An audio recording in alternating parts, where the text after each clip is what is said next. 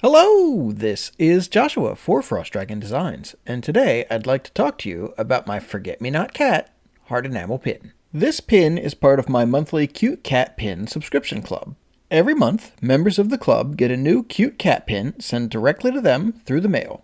If you join the club anytime in August 2023, the first pin that you'll receive is the Forget-Me-Not Cat. It ships in early September. Now let's get into the design. I'll start by saying that this is the Forget-Me-Not Cat pin. So this pin features the flower that are called Forget-Me-Nots.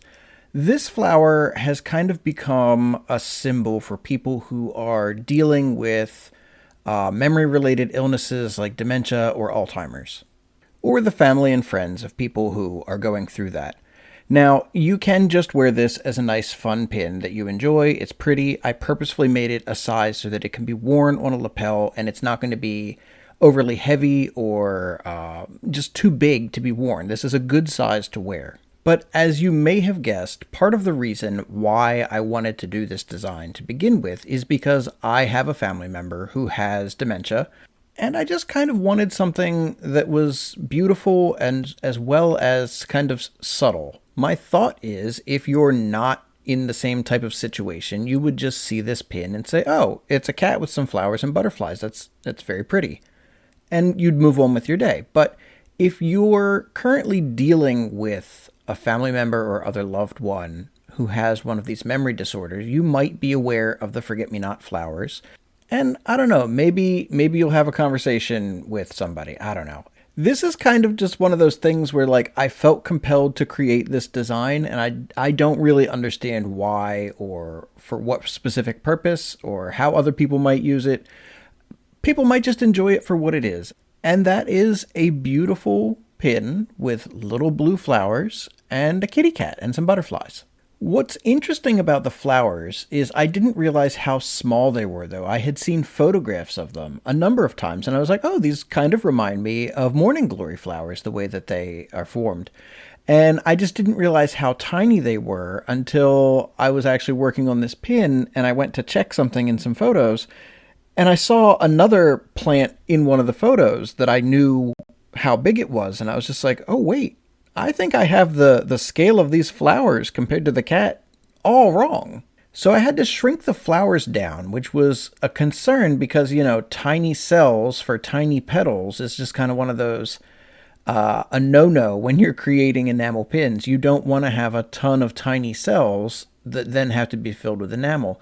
But I kind of felt okay with it because most of them are the same color, and I thought if they maybe filled in the green or whatever else around it first, then they could just kind of blob on the blue and then polish it all smooth and it wouldn't be such a big deal. I don't know how they actually did it. That's just my thought of how they probably produced them.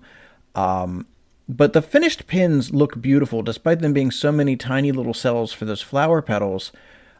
They're just clean, beautiful pins, and I'm really, really happy with how they turned out. Like I said before, they're a really nice lightweight because of that big cutout in the middle of it. You could comfortably wear this on, like a medium weight shirt even. Like, obviously you wouldn't wear it on something like a really fine fabric, but it's light enough that it's not going to pull or be awkward on, like a medium kind of weight shirt. So I really think that this design, both because of its floral nature and just the general shape of it, I think it'll get a lot of use from people actually being worn because it's a really good shape and size for that. If you're watching this video, you can see I tried a lot of different things as far as what to do with that diamond shape, how to fancy it up.